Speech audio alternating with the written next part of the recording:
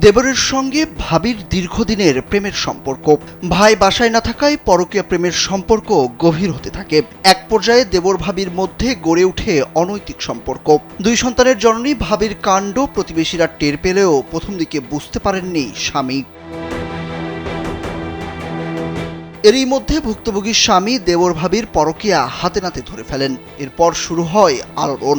ওই নারীর স্বামীও নাছোড়বান্দা। কোনো কিছুতে ছাড় না দিয়ে প্রতিবেশী দেবর রিয়াজুল মোল্লার সঙ্গে এই অপকর্মের জন্য এলাকাবাসীকে জড়ো করেন তিনি। এরপর নিজেই আয়োজন করেন বিয়ের।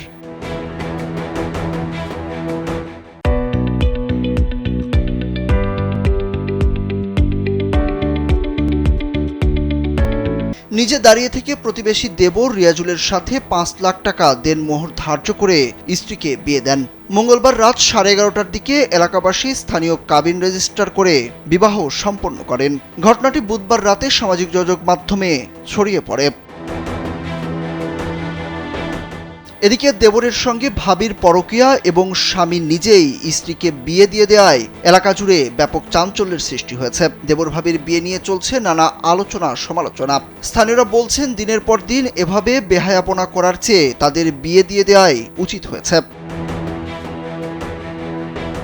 জানা গেছে, স্থানীয় মুরব্বী ও এলাকাবাসীকে ডেকে আনা হলে স্বামীকে তালাক দেন ওই নারী। এর 20 মিনিট পর পরকীয়া প্রেমিক রিয়াজুলকে বিয়ে করেন।